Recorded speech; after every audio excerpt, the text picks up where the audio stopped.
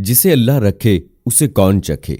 जी हाँ दोस्तों, बेशक जिसे अल्लाह ताला जिंदगी दे उसे कोई नहीं मार सकता। दोस्तों, रोजमर्रा जिंदगी में ऐसे बहुत सारे वाकयात रूनुमा होते हैं कि जब हम अल्लाह ताला के मौजज़ात देखते हैं, कोई मौजज़ाना तौर पर किसी हादसे में बच जाता है, कोई बहुत ज्यादा बुलंदी से गिरकर भी बच जाता है, कोई समंदर के पानियों में घिरकर भी बच जाता है, कोई तेज हवाओं के तूफान की जद में आकर भी बच जाता है, कोई किसी जंगल या किसी बिल्डिंग में आग लगने के बावजूद बच जाता है। ये अल्लाह ताला के मौजज़ात हैं और वो बेशक जिसे चाहे मौत दे और जिसे चाहे जिंदगी दे। जी हाँ दोस्तों, शुमाली कोरिया की बर्फीली साहिलों पर भी अल्लाह ताला की कुदरत का मौजज़ा रूनुमा हुआ और अल्लाह ताला ने अपनी कुदरत से 14,000 अफराद को जिंदगी बख्श दी। और इन्हीं 14,000 लोगों में एक सदर के माँ बाप भी मौजूद थे। वो कौन से सदर हैं कि जिनके माँ बाप एक बहरी जहाज के हादसे में बाल बाल बचे। उस जहाज का नाम मेरिडेथ विक्ट्री है।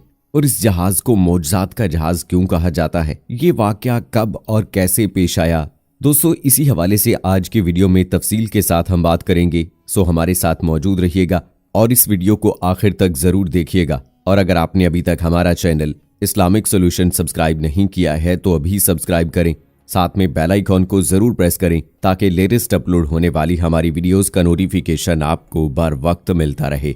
वीडियो को लाइक करें, शेयर करें अपने दोस्तों के साथ और कमेंट बॉक्स में अपनी राय का इजहार जरूर करें।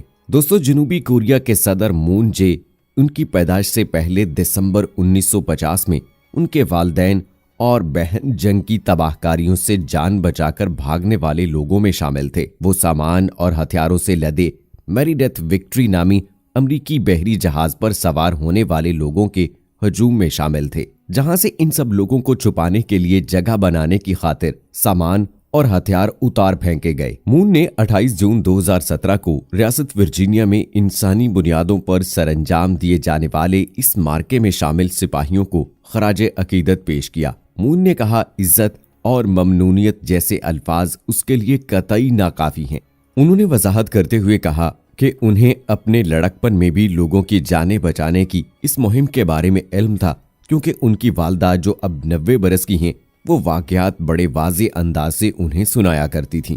जंगचिन की लड़ाई में, जिसे अमेरिका में झील चोसेन की लड़ाई कहा जाता है, अक़वाम मुत्तहिदा के दस्ते कम्युनिस्ट फौजों के हिसार को तोड़कर बाहर निकले।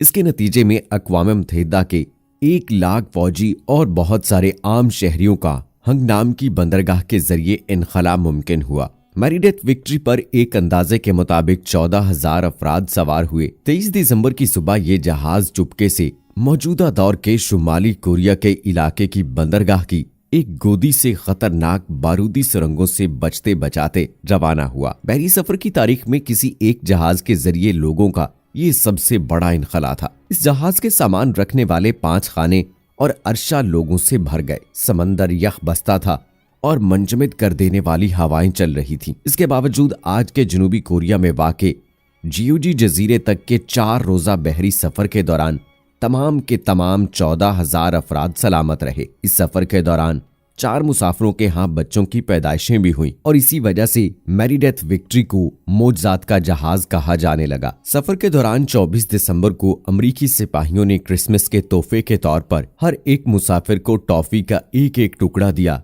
उनके पास यही कुछ था। सदर मून ने फौजियों को बताया, मेरे ख्याल में पूरी कहानी अभी तक नहीं सुनाई गई, अगरचे ये एक छोटे से कतरे की माने था, मगर मैं अमरीकी अफवाज की अराकीन का इतनी दिली दर्दमंदी के साथ एक तबाहकुन जंग के ऐन बीच में इतने ज्यादा पनाह गुज़ीनों को क्रिसमस के तोहफे पेश करने पर हमेशा मशकूर रहूंगा। हंगनाम के इनखला के 2 साल के बाद मून जियोजी के उस जजीरे पर पैदा हुए जहां मौजज़ात का जहाज लंगर अंदाज हुआ था। सदर मून कहते हैं कि अमेरिका और जनूबी कोरिया के दरमियान कभी ना टूटने वाले बंधनों का आगाज 1950 के लोगों को बचाने की दलेराना मुहिम से हुआ था। मून ने ये कलमात रियासत वर्जीनिया में क्वांटिको के मुकाम पर वाक़े मैरीन कोर के म्यूजियम में जंगजिन यानी चुसेन झील की यादगार पर अदा किए। उन्होंने कहा, कोरिया और अमेरिका का इत्तेहाद ऐसे तरीके से वजूद में आया, ये इत्तेहाद कागज के औराक पर दस्तखत करने से वजूद में नहीं आया जैसा कि मेरी जिंदगी में है।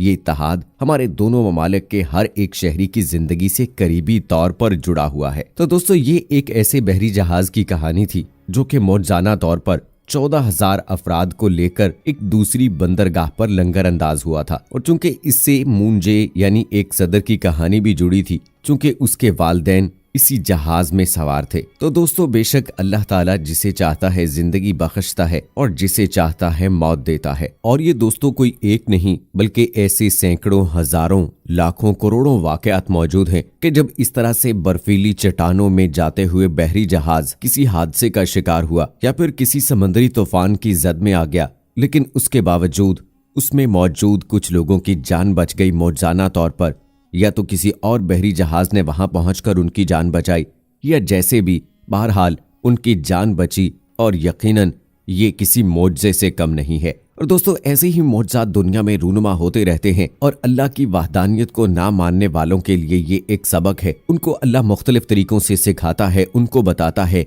कि है कोई ज़ात जो तुम्हें पैदा करती है और तुम्हें मौत देती है और जब जिसे चाहे बचाती है। दोस्तों अभी आपको याद होगा कुछ अर्सा पहले ही कराची में एक PIA का जहाज गिरकर तबाह हुआ था, जो कि लैंडिंग के बिल्कुल करीब था। तो दोस्तों याद दिलाते चलें आपको कि उसमें भी एक जुबैर नामी शख्स मौजज़ाना तौर पर बच गया था। ये अल्लाह ताला की कुदरत है। उसका बताना है कि जैसे ही जहाज क्रैश हुआ तो मैं जहाज से बाहर जा गिरा। और दोस्तों कुछ वीडियोस और तस्वीर में देखा भी गया कि वो जहाज की सीट के साथ ही एक जगह पर मौजज़ाना तौर पर बच गया था। उसे चोटें तो जरूर आईं, लेकिन उसकी जान बच गई। अब यकीनन बहरी जहाज हो या हवाई जहाज हो, दोनों को अगर हादसा पेश आए और उसमें कोई इंसान बच जाता है तो बेशक ये अल्लाह ताला का ही मौजज़ा है। क्योंकि फिजा की बुलंदियों से इस तरह से जहाज का क्रैश होना, इमारतों के ऊपर गिरना और क्रैश होने के बाद पूरी जगह पर वहां मौजूद जो घर हैं वहां पर भी आग का लग जाना,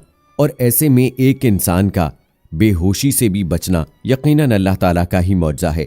और दोस्तों ऐसे ही उस मौके पर उस शख्स का ये भी कहना था कि जैसे ही जहाज क्रैश हुआ चंद लम्हों के बाद उसे एहसास हुआ कि हमारे साथ ये हादसा पेश आ गया है, तो वो फौरन उस मौजूदा जगह से बाहर निकलने की कोशिश करने लगा ताकि कहीं उसे आग नुकसान ना पहुंचा दे। और वो थोड़ी दूर जाकर गिर गया क्योंकि चोटें भी उसे शदीद आई थी। उसके बाद वहां पर मौजूद लोगों ने उसे वहां से निकाला और उसकी जान बच गई। तो दोस्तों एक बहुत पहले वक्तों की ये 14,000 लोगों की बहरी जहाज में जिस तरह से जान बची, और अभी एक रिसेंटली होने वाले वाक़े का जिक्र मैंने आपके सामने किया, ये बेशक अल्लाह ताला के मौजज़े हैं। और दोस्तों ऐसा ही वाक़या अगर आपकी नज़रों से गुजरा है तो कमेंट बॉक्स में हमारे साथ जरूर शेयर कीजिएगा, ताकि हम उस पर भी वीडियो बना सकें और दुनिया को दिखाएं कि अल्लाह ताला जब जिसे चाहता है जिंदगी देता है, और न जाने कब कहां किसकी जिंदगी की शाम हो जाए ये भी अल्लाह ताला ही बेहतर जानता है। मुसलमान होने के नाते हमारा इस बात पर मुकम्मल और पुख्ता यकीन है, और अल्लाह ताला से दोस्तों हमारी यही दुआ है कि अल्लाह ताला जब तक हमें इस दुनिया में रखे और जब हमारा इस दुनिया से जाने का वक्त आए हमारा ईमान पर खात्मा फरमाए। आमीन सुम्मा आमीन।